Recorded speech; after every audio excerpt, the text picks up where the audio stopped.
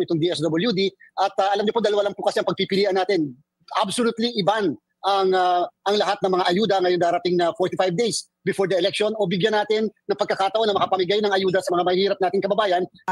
Pahayag na yan ng iyong kaibigan na si E.S. Bersamin. Actually, sinagot na natin yan. But kahapon kasi nakantsawan siya kasi si Jade nagtatanong sa tahimik ang Malacanang sa aking statement. At sinasabi nga ng mga ibang news anchors, hindi pinatulan ng Malacanang. Nag-dead ba ang Malacanang? Sabi ko, mayroon kasi pagtanggol lang isang indefensible position. Aba, kaya siya nagbigay ng response. Kaya lang, mawalang galang na kay E.S. Bersamin. He is grossly misinformed. Dapat yung mga tao niyo, stop, nag-research muna kayo. Because I have never advocated for the exclusion of former VP Robredo in the National Security Council nor in the cabinet. Katunayan, gaya ng statement ko, yan si VP Robredo, inanyayan at dumalo sa National Security Council na ginanap noong July of 2016 kasama ang 4 na presidente. Yes. Magandang hapon muli sa atin mga kasama. Nandito na naman si Kuya Goods nagbabalik. At syempre, kung hindi ka pa nag-subscribe sa ating channel, pa-subscribe na lang po at hit mo na rin yung bell para lagi kang updated sa ating mga video. 180,000 na po. Grabe. Salamat po sa pagtangkilik at suporta sa ating channel. Ngayon mga kasama, grabe ho. Talagang matindi gumagawa sila ng mga peking survey. Ewan ko ba dito? Nagpapakalat ng mga survey para daw 41% of the Filipino back VP Sara impeachment. Ayon yan dito sa video na yun.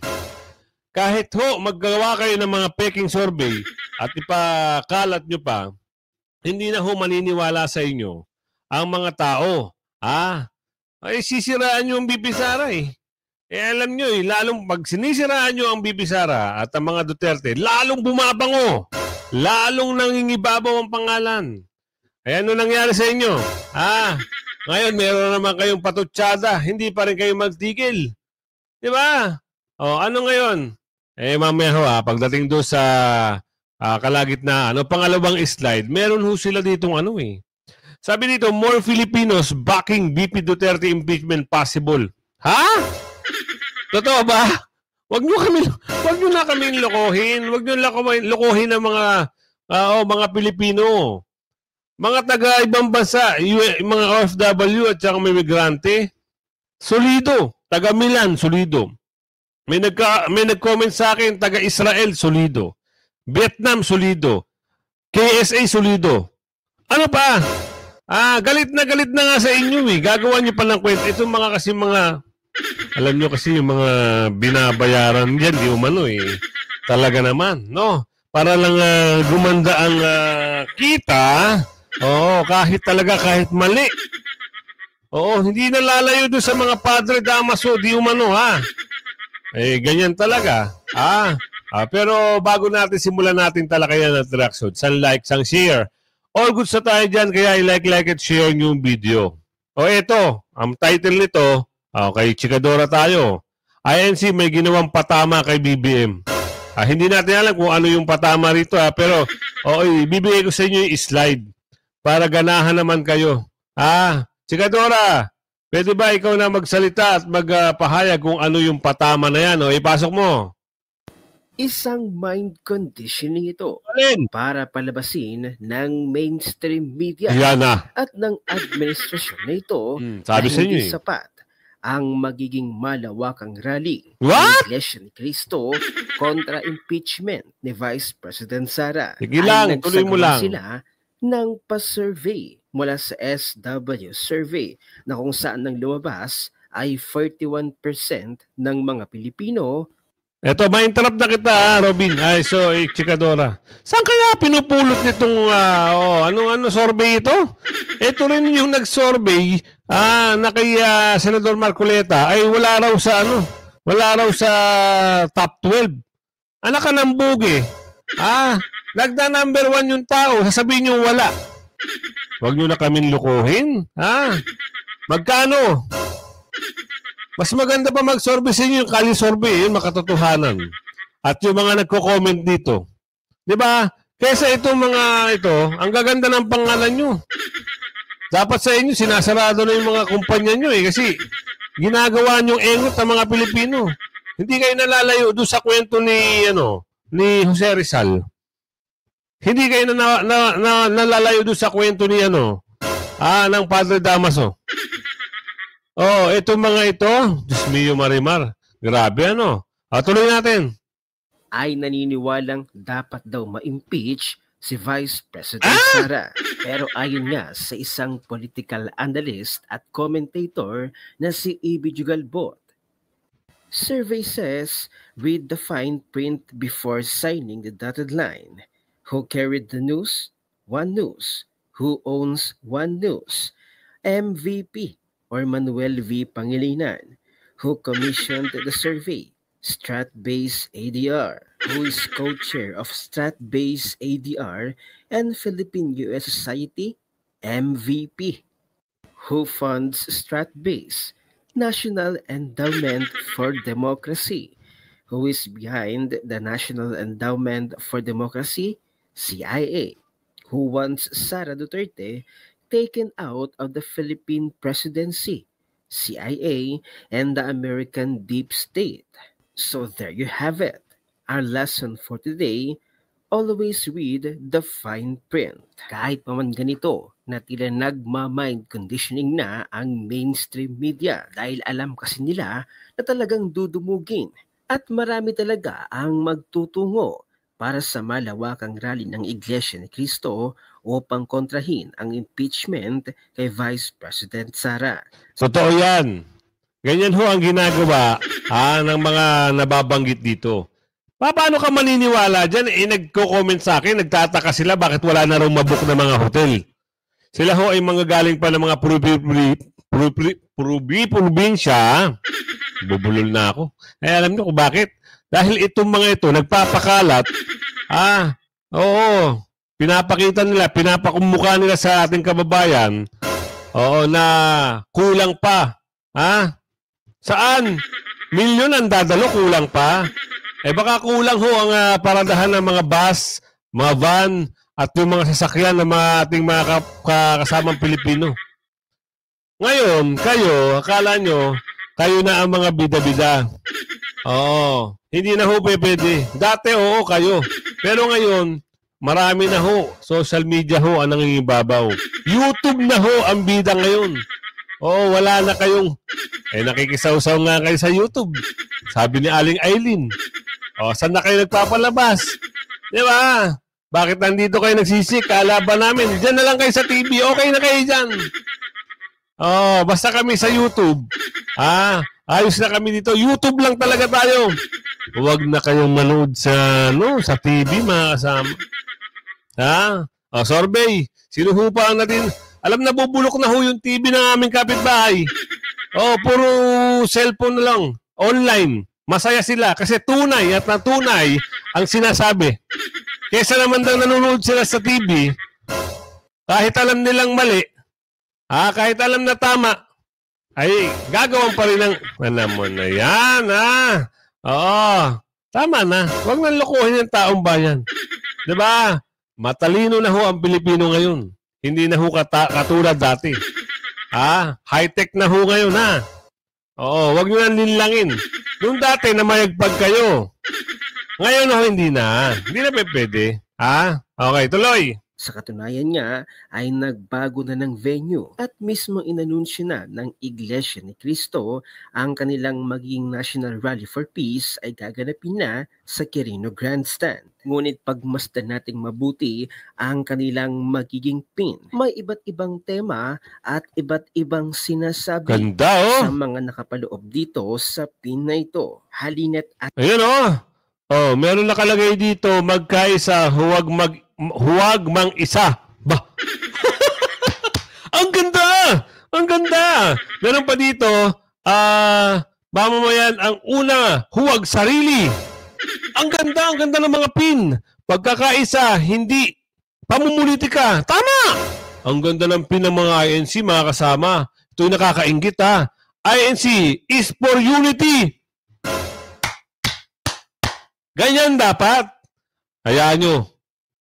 Pag naging, gusto, ito masabi ko lang sa inyo mga kasama. Tigilan nyo na yung mga politiko na wala ho na nagawa sa gobyerno. Kasi yan, mga yan, kaya ho nagsitakbuhan yan, ang gusto niyan ay kwarta. Sabi ni Aling Ledesma. Pero ito sasabihin ko sa iyo, bumoto na ho kayo ng mga abogado, ng mga religious. Mas maganda nga ho, religious Para may takot May takot mangurap. Diba? Sana ho lahat. Kaso, wag lang yung taga Maynila. Delikado. Kilala niyo ba yun? Delikado. Ito pa unity is for unity. Kita mo? Peace. Lakihan natin para makita niyo mga kasama ha. To, peace for the Philippines. Magkaisa para tumatag ang bansa. Ayan ganyan dapat. Ayan ang binibigyan ng magandang halimbawa para sa taong bayan ng ginagawa ho ito ng mga INC. 'Di ba? Ayaw niya magkawatak-watak. Kasi kung magkawatak-watak, hindi uunlad ang bansa. Sa makatotohanan lang ho ang sinasabi nito. Kaya ginagawa alam niyo na. Kaya sabi ko sa inyo, manood lang kayo. Net25, SMNI at sa YouTube ni Kuya Goods. At doon sa mga YouTube ng ating mga kaibigan dyan. Pero doon sa mga nagsisinungaling, tablahin nyo ho yun. Yung mga nagmumura, hindi ho natin silang masisisi. Meron naman nagmumura para sa kabutihan na pinaglalaban at sinusuportahan nila.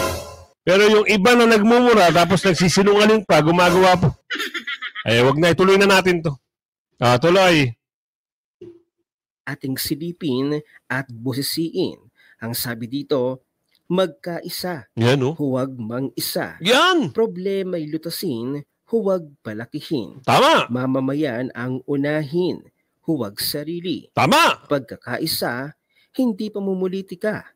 Magkaisa para tumatag ang bansa. Peace for the Philippines. Unahin ang bayan, huwag bangayan. Bayan ang asikasuhin, hindi sariling mithiin. Serbisyo, huwag sariling benepisyo. Sana lang magkaroon yung hindi kaanib. Sana mabigyan din sila ng pin para naman magkaroon sila ng isang remembrance na itong ginawang peaceful rally makabuluhan po ito. Hindi po ito yung ginagawa ng mga taga-bundok na nagsisigaw at nagtatakbuhan at naghahanap ng away. Ito ho ay ginagawa para sa kabutihan, hindi magkawatak-watak, magkaisa para tumatag ang bansa. Gagawin ito para hindi sa pansariling interes.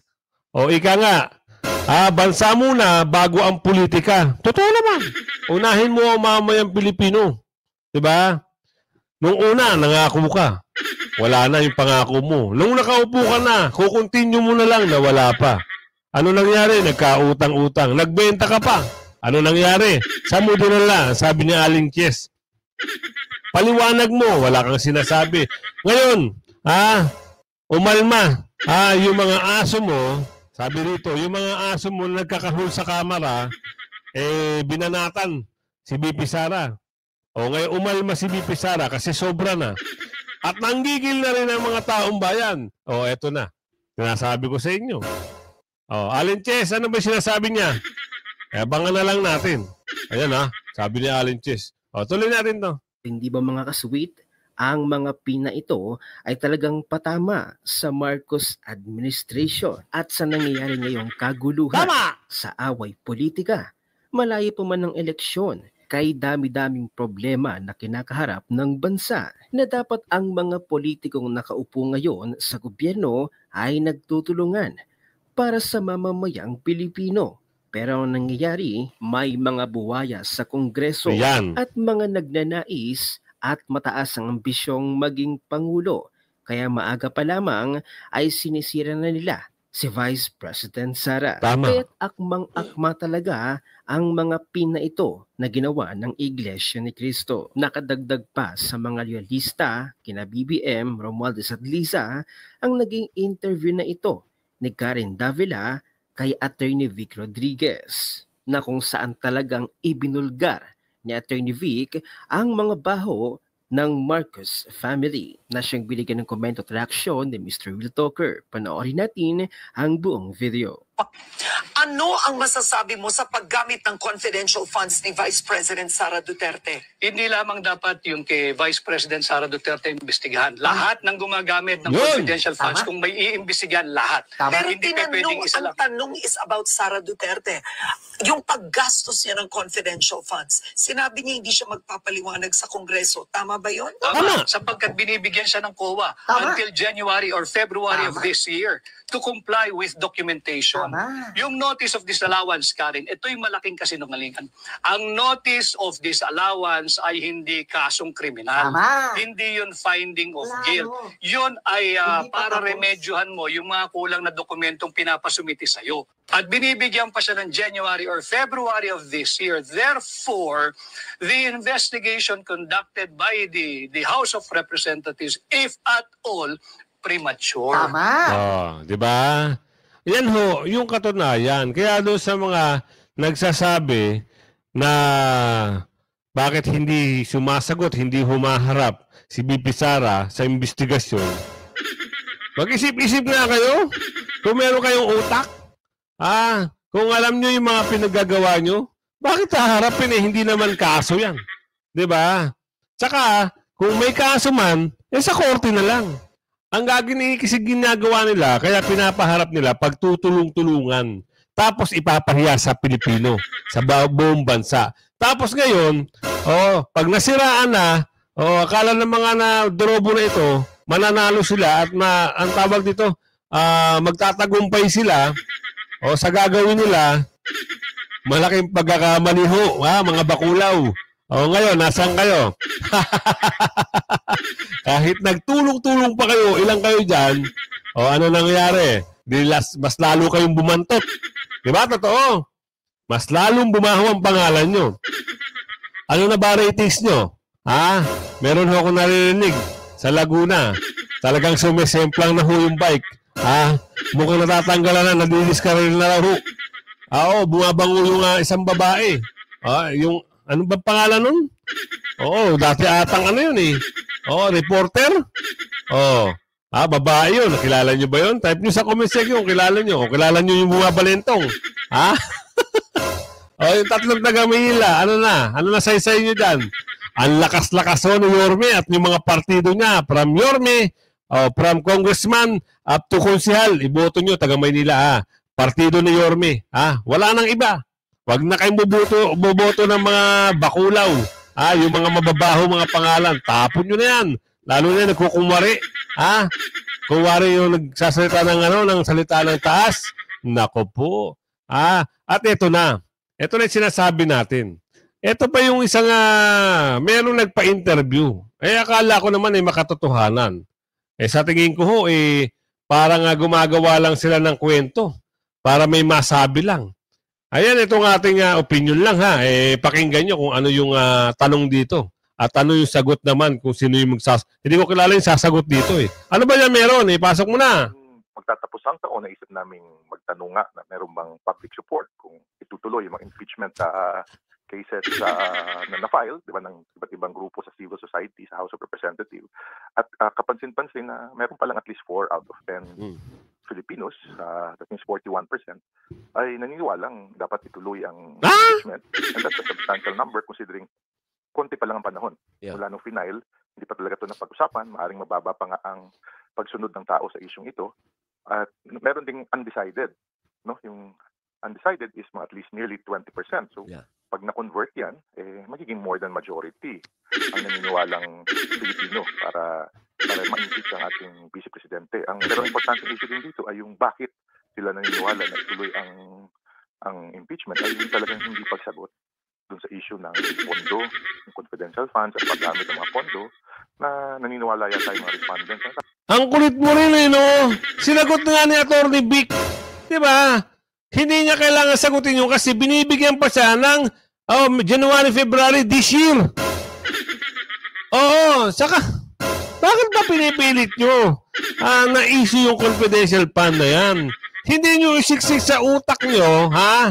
O yung sumasagot nyo nagsasalita dito, bakit hindi nyo silipin yung flood control project? Asan yung project? Asan yung gold? Asan na yung inutang na pera? O bakit confidential fund ni Bibi Sara lang? Dapat lahat. Ang tigas ng kukutin nyo. Oo, dahil bakit? Oo, si Bibi Sara ang hadlang sa inyo. Sa tama lang ho tayo. Huwag na kayong maging hypocrite. Magkano? Sabi ni Aling Cheska, magkano? Kita mo, binubukan. Tama na. Napapahiyan eh. Tuloy natin. Dapat nananagot kung sino man ang opisyal. Ha? Sumagot din sa mga dapat na katanungan, lalong-lalo na kung ito ay issue ng paggamit at maling paggamit ng pondo ng gobyerno, which is basically pondo ng sambayan ng Pilipino. Sino ba yung nagsasalita na to?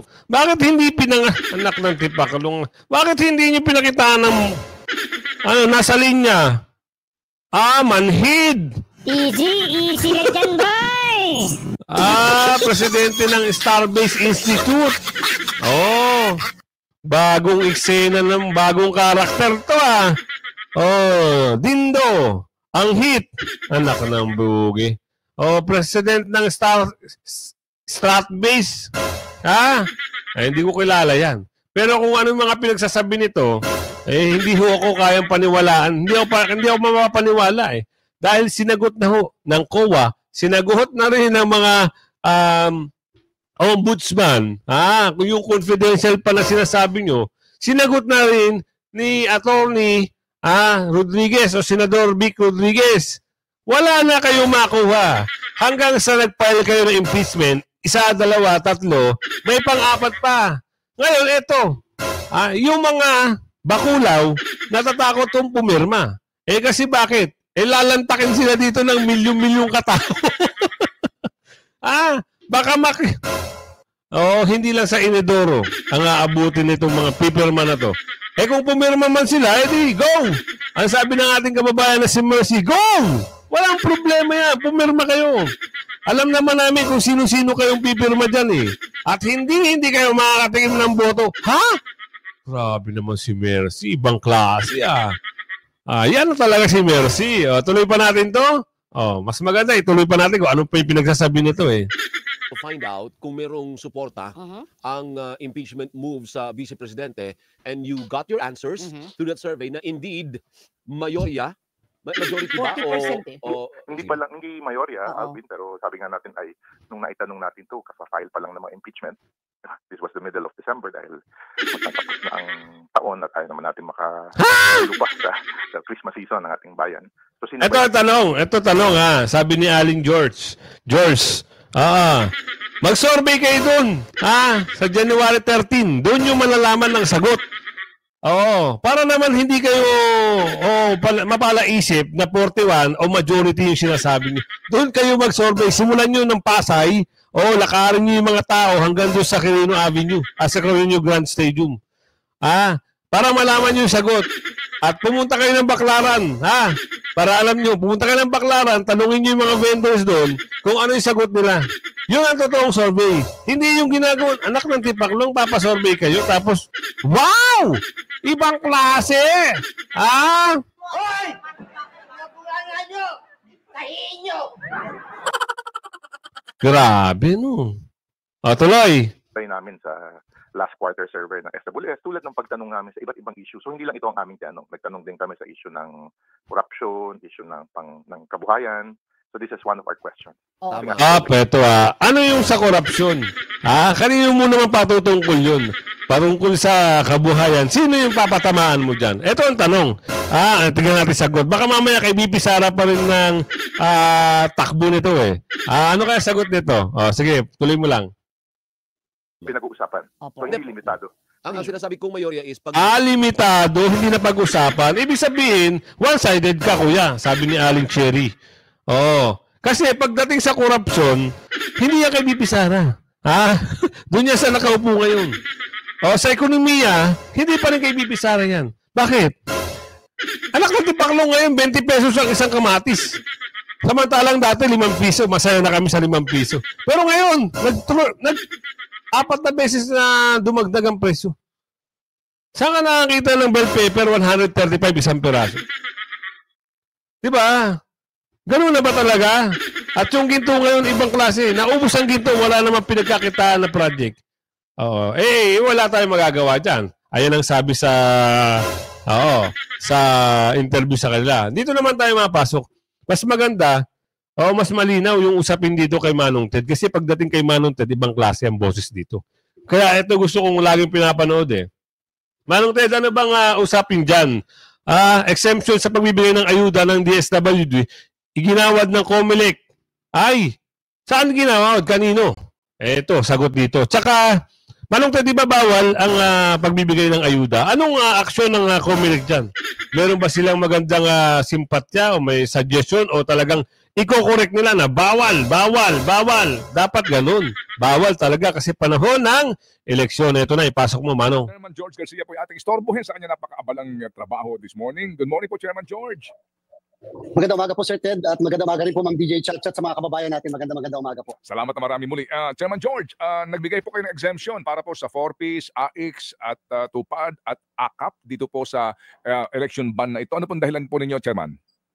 Sir Ted, una muna po nung nakaraang linggo, nakapagbibigay na tayo, nakapaggawad na tayo ng exemption sa ating pong DOH at sa ating din pong Department of Labor and Employment. Ngayon po, pagkatapos po nyo, nag-file naman itong DSWD at alam niyo po, dalawa lang po kasi ang pagpipilian natin.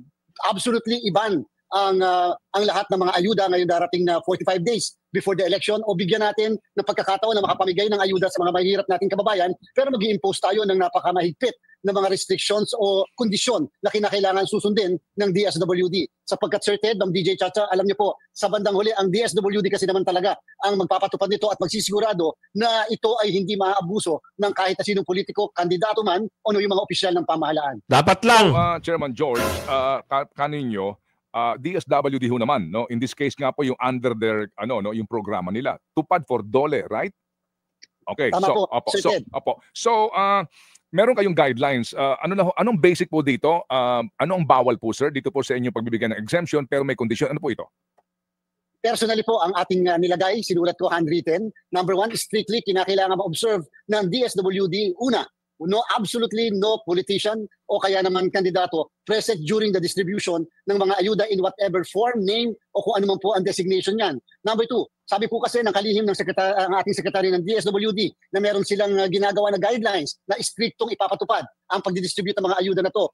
Gusto po namin mag-submit sila sa amin ng guidelines na yan. At number 3, dapat strictly observe ang implementasyon ng guidelines na yan, hindi lamang ng DSWD, ng personnel officials nito, kung hindi mga partners po niya. Anytime, Sir Ted, ito po ay warning, anytime, pwede namin i-withdraw ang exemption na yan na ibinigay namin sa DSWD. And take note din po, yung initial po kasi nilang pina-approve sa amin o yung hininga na exemption ay parang napakaliit na amount lang. When it comes to AKAP, Sir Ted, parang 844 million. Doon po sa AIX, more or less, yan po ay 6 billion. Pero yung AKAP na laging pinag-iinitan at laging contentious, yan po medyo 844 million lamang. Ibig sabihin, nangangahulugan. Kuya, parang hindi ko nagustuhan yung nabanggit mo Yung AKAP na palaging pinag-iinitan, asan yung side mo, kuya? O hindi usapin doon yung palaging pinag-iinitan. Kasi sa word na palaging pinag-iinitan, parang meron kang stand. Oo. Ulitin natin Parang bigla akong doon Okay na sana Kaso nga lang, ano yung gusto mong iparating sa palaging pinag-iinitan, yung AKAP? Hindi sa laki ng amount Hindi doon kasi yung AKAP na yan, wala naman niya sa programa. Tama ba, kuya? Sana maging okay ka sa stand mo. Kung ikaw ay isang COMELEC chairman, ito sabi ni Aling Cherry, neutral ka lang, kuya. Oo, huwag kang sa-side kung kanino. Kasi malay mo, manalo yung mga partido ng against ka, ano mangyayari? Diba? Tuloy natin dito. Ano yung AKAP na pinag-iinitan? napakaliit na amount lang. When it comes to AKAP, Sir Ted, parang 844 million. Doon po sa AX, more or less, yan po ay 6 billion. Pero yung AKAP na laging pinag-iinitan at laging contentious, yan po medyo 844 million lamang. Ibig sabihin na wala sa amount yung kuya. Yung AKAP kasi na yan, wala naman sa programa, kuya. Oo. At hindi pa, yung BICAM na dapat na sa BICAM na yan, hindi rin napirmahan yan kasi hindi yung pumirma yung mga ibang senador dyan eh. Pero natuloy pa rin eh. Kita nyo, nasa AKAP na ngayon. O, tuloy. Hulugan, sure tayo na meron pang susunod na request for exemption. Kaya ang sa amin, kinakailangan ayusin nila yung distribution dito sa 844 bago kami makapagbigay muli ng dagdag na exemption dun sa iba pang isusunod nilang i-request. Okay, so ang sinasabi po dito, ang violation lang dito po sa sinasabi pong exemption na ito ay kapag meron ng pagginamit sa politika. Ano po, pag ginamit ka, may po papel dito na anumang mga markings o presensya noong kandidato. Tama po, Chairman? Tama po, Sir Okay, Ted, sapagkat sa bandang huli po, ang pulisya at Okay. paano ito i-distribute ay nasa DSWD. Okay, sige. So, ano po ang penalty dito? Opo, tsaka na muna yung kandidato. Penalty po sa DSWD kung sila pumayag na mangyari po yung pinagbabawal na iyon. Nung isang araw lang sa pakikipagtalakayan natin sa mismong opisyal ng DSWD magmula sa kalihim at mga subordinates niya, maliwanag na maliwanag, in-emphasize natin, election offense po kasi yan, Sir Ted. Ano nga, kuya? Anong pananagutan? Offense nga eh. Meron nga doon naglabag eh. Andun pa yung picture. Kasama pa yung kandidato. Namigay. Ano nangyari?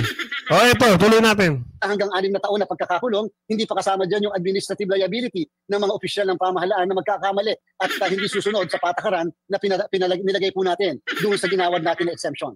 Administrative liability noong tauhan ng DSWD o sino man taong gobyerno na nagpahintulot nito? Tama po, Sir Ted. At yung po yung sinasabi natin, naniniwala naman po tayo ng mga professional lahat. Yung ating mga social worker, yan po ay may mga lisensya at hindi nila papayagan na magkamali at madungisan itong mismong magandang proyekto po na ito. Pero at the same time, syempre in-emphasize din po natin sa mga opisyalis mismo ng departamento na dapat naman protektahan nila yung mismong programa na ito na again, ito po ay 45 days lang naman yung prohibition at yung exemption na ginawad natin at sana po yung sa 45 days na yan, maipakita nila na magiging maayos naman itong kanilang magiging distribution. Administrative penalty, sino ho ang maghahain nun kontra doon sa empleyado ng gobyerno? Kahit po kami, Sir Ted, pwede po kami mismo at yung criminal liability din, Sir Ted, kami rin po yun. Election offense po yan eh. Abuse of state resources kung sakasakali at therefore yan po ay nakalagay mismo sa ating Omnibus Election Code. So yung pong taga-DSWD o taong gobyerno, hindi siya kandidato ha? Opo, meron siyang criminal liability rin. Yes po, Sir Ted, and administrative liability. Okay. Yung kandidato po naman, opo, regardless po sa posisyon na tatakbuhan, ano po ang kanyang kakaharapin? Sir Ted, napatunayan na namin itong nakaraan. Nagtanggal kami ng mga governors at mga mayors dahil sa maling paggamit ng pondo ng sambayanan, lalo na ng mga local governments. And therefore, ito po ay ground for disqualification. At the same time, ito rin po ay isang election offense. Para po naman doon sa mga kandidato rin. And so, ito po yung warning muli sa kanila na wag po nila kami susubukan sa bagay na ito. Okay. Kalang kuya. Mayroon nagko-comment sa akin. Bakit daw dyan sa Leyte? Ano nangyari? At dyan sa Laguna, harap-harapan na nagsalita, nakuha ng pa na video. Ano nangyari, kuya? Ayos ba tayo dyan? Huwag daw subukan. Tuloy ba natin to, kuya? Mga ate, mga kasamahan dyan. Mas maganda kasi si Manong Ted kasi pag bumalasa, magaling eh. Sige natin, paano balasahin ni Manong Ted to? Manong, bira! Chairman, kailan po magsisimula yung ban? Ito po, base sa ating Omnibus Election Code, ay 45 days before the election. Kasama po din dyan, Sir Ted, ang Public Works ban eh. So, ayan po ay 45 days before the election. So, sa usapin po ng 45 days na iyan, kailan po ang petsa niyan? Kung May 12 po ang ating halalan. Ito ho ba campaign period for national? That's party list, 45 days. That's February po ba ito? Hindi po, pagka po 45 days, Sir Ted, yan po ay technically parang local start po ng local campaign. Yan po ay magsisimula sa March 28. At ang start naman po ng national campaign ay February 11. Kung makikita nyo, Sir Ted, yung batas merong may disconnect, may problem sapagkat yung batas nagpe-prescribe ng 45-day period ng campaign pero yung pong kampanya sa national ay magsisimula, sabi rin ng batas, 90 araw bago ang eleksyon. So meaning to say, yung prohibition ay hindi pa applicable sa 90 days, so yung mismong kalahati ng 90 days at magsisimula lang ang prohibition doon sa kalahati ng 90 araw which is 45 days. So March 28 pa ang simula ng ban para po dito sa paggamit ng Wala mga na. ayudang ito sa pamumulitika? Yes po, Sir Ted. Okay. Yan po yung nakalagay sa ating batas. Pero Chairman, with all due respect, talaga bang hindi makapaghihintay ng 45 days itong mga taong ito? Ano ba ang problema kung nag-ban na lang kayo sa loob ng 45 days? Siguro naman, di ba? Ganun ba talaga ito? Itong akap na ito, kaimportante na kasi maaari ka siguro, yung 4Ps tuloy-tuloy lang po iyon kasi it's an ongoing program. I mean, logically, di ba? Maaari sabihin natin, yung AX, pwede siguro kasi nga in crisis, namatayan, etc. Pero yung akap, ano ba ang logic doon? Ba't di sila makapaghihintay ng 45 days man lamang? Ano po ang inyong wisdom doon, Chairman? Ako, Sir Ted, I absolutely agree sa'yo. Sana nga po yung batas natin, hindi lang yung 45 days, dapat po pagsimula na sila ay kandidato na, national man at saka siyempre sa local. Kasi technically, para mangyayari, yung mako-cover lang talaga yung mga local candidates. Pero merong national candidates, hindi mako-cover dahil lang doon sa gray area na yon ng batas. Wala naman po kami magawa, Sir Ted. Siyempre, ang COMELEC ay tagapagpatupad lamang ng batas. Siguro nga sa bandang huli, sa executive side, sa executive department, yung paglilimit nito dahil nga sa kami naman, limitado lang din ang pwede namin gawin under our jurisdiction. Hindi po. I mean, under your jurisdiction, di ba, kinakailangan humingi ng exemption sa inyo ang government agency sa pagpapatupad po ng mga programa, whether infrastructure yan, very important po, no? Kung yan talaga yung napaka-importanting proyekto po na kapakinabangan ng taong bayan or programang ayuda. So kung meron naman kayong puder na hindi pagbigyan ng hinihingi ng DSWD, di ba? Okay, sige. So ako halimbawa, sige, Mr. Rex Gatchalian, bigyan ko sa iyo yung 4Ps. Okay, yung AX, yung AKA po nyo nang isama yan. Hindi exempted yan. Bakit po? Who decided na lahat sila exempted na? Kayo ho ba yung chairman o ang commission? Opo, Sir Ted, ang una po muna, ang talagang nakalagay kasi sa batas lang, ang prohibition ay during the 45-day period before the election. So meaning to say, ang COMELEC ay hindi pwedeng mag-extend ng prohibition beyond the 45-day period. Okay, so number 2 naman, nasa akin po yung authority dahil binigyan po ako ng NBank resolution to decide whether to grant absolutely or to grant on a limited sense yung mismo or to ban absolutely yung mga social services na yan na nakalagay mismo sa request sa atin ng DSWD. Katulad po halimbawa, Sir Ted, noong AX, ang NBank mismo nagdesisyon po kami na ang AX ay absolutely prohibited 10 days before the election. Ito po kasing AKAP, Sir Ted, ay bagong programa, bagong proyekto. Wala pa ito dati. Pero yung AX nandito na sa atin dati kahit nung nakarang eleksyon. Kaya po ito ay ban absolutely 10 days before the election. Yung AKAP, pinag-iisipan pa po namin yan sa kasalukuyan. So yung ang sumatotal nito, wala na talagang mangyayari kasi nasa batas daw eh. Pero magandang pag-usapan ito yung pahayag ni Bersamin. Ano ba yung mga kasi ito yung nagsalita eh. Pero tingnan natin kasi may sagot dito si Atty. Sal Panielo. Kung ano yung sagot niya dito, sila na magpapahayag sa inyo. Para mas maganda at malinaw, kayo na bahalang umusga. Ano meron dito? Pahayag ni Bersamin, sitwasyon ni BP Lenny sa NSC sa Duterte admin kulang sa research. Atty. Pansanielo. Malamang ito si ano pangalan Bersamin. Okay, kulang sa research nga. Kaya siguro sinoplak ni Atty. Sal. Atty. Sal, soplakin mo nga. Pasok. Sisihin niya stop na. Kasi dapat dali-dali namang i-research yun. I-google mo lang yun tungkol dun sa pag-attend sa NSC o tungkol sa pagkatanggal. Makikita mo ron kung ano talaga nangyari. He is grossly misinformed. Yeah. Dapat yung mga tao niyo, stop, nag-research muna kayo. Ayan Statement, ito kaugnay Atty. Sal, sa pag-exclude kay Vice President Sara Duterte sa NSC. Ito yung naging statement ni Executive Secretary Bersamin. And I quote, ano bagay meron ako nabasa na something that reminded me that Panelo, during his time as a presidential advisor, was also advocated the exclusion of then Vice President Leni Robredo. No, so he has no moral authority to question the decision of the president. But the second thing that I would like to emphasize here is this. Look at it this way. The National Security Council is an advisory body, and this is an advisory body in relation to the president as the commander-in-chief.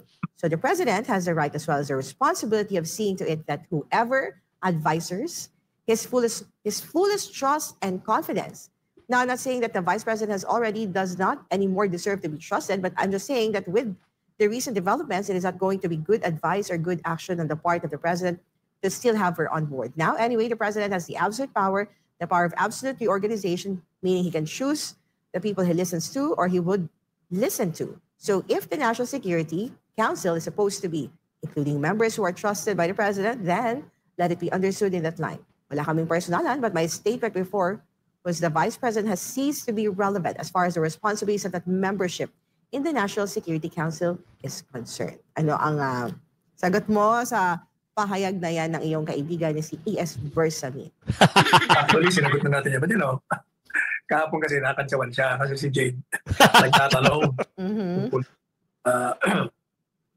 Sa tahimik ang Malacanang doon sa aking statement.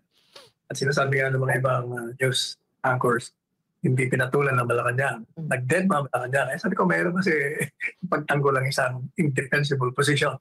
Aba, kaya siya nagbigay ng response. Kaya lang, mawalang galang na kay E.S. Bersamin. He is grossly misinformed. Dapat to, yung mga tao niyo, stop, nag-research muna kayo. Because I have never advocated for the exclusion of former VP Robredo in the National Security Council nor in the cabinet. Katunayan, gaya ng statement ko, yan si VP Robredo, inanyayahan at dumalo sa National Security Council na ginanap noong July of 2016 kasama ang 4 na presidente. Kaya hindi totoo na nag-a-advocate ako. Pangalawa, ang isang miyembro ng kabinete cannot be advocating the exclusion of another member of the cabinet, or for that matter, the vice president. Ang ginawa ko lang noong siya ay hindi na inanyayahan ng mali na cabinet. Sa cabinet meeting to, sa National Security Council, maling-mali siya noon. Misinformed siya. Walang advocacy nga noon. Yung hindi inimbitahan siya sa pagdating ng cabinet, that was because ang basa ko doon at yun ang paliwanag ko, she was being saved from embarrassment sa loob ng kabinete. Kasi unlike Inday Sara Duterte, nag-criticize siya after resigning her cabinet position. Kasi talagang malaswa. Hindi magandang tingnan. Miyembro ka ng kabinete, tapos babalatan mo paglabas mo sa Malacanang. Ayun ang ginagawa ni VP Robredo noon, binibira niya. At sa tingin ko, si Presidente Duterte kasi noon, mabait sa mga babayan, magalangin. Ayaw niyang mapaya. Kasi every time na babanat siya, syempre, kakaroon ng cabinet meeting. Mabuti, napipigilan namin ng mga sarili namin na kantsawan siya, upunahin siya, i-confront siya. Pero hindi siguro, hindi tatagal yun. Maaaring mangyari na talagang, syempre, dahil ginagawa mo yun, most likely, hindi makakatagal lang isa, 2 cabinet members siya na pupulaan siya. Baka maging friction yun among the members of the cabinet. Kaya para hindi na umabot doon, hindi na lang siya umaten. Yun ang katotohanan doon. Wala akong advocacy on the exclusion. At siya naman, nag-resign nga. Dahil naniniwala naman siya na hindi na maaaring manatili siya doon. Tapos binibira niya ang administrasyon. So, yun ang aking kasagutan doon. Pangalawa, nakakalimutan ng magiting ES, na dating Chief Justice ng Korte Suprema, that the expression of dissent when you criticize a move of the president is covered by the freedom of speech and of expression. That's the freedom of dissenting na tinatawag.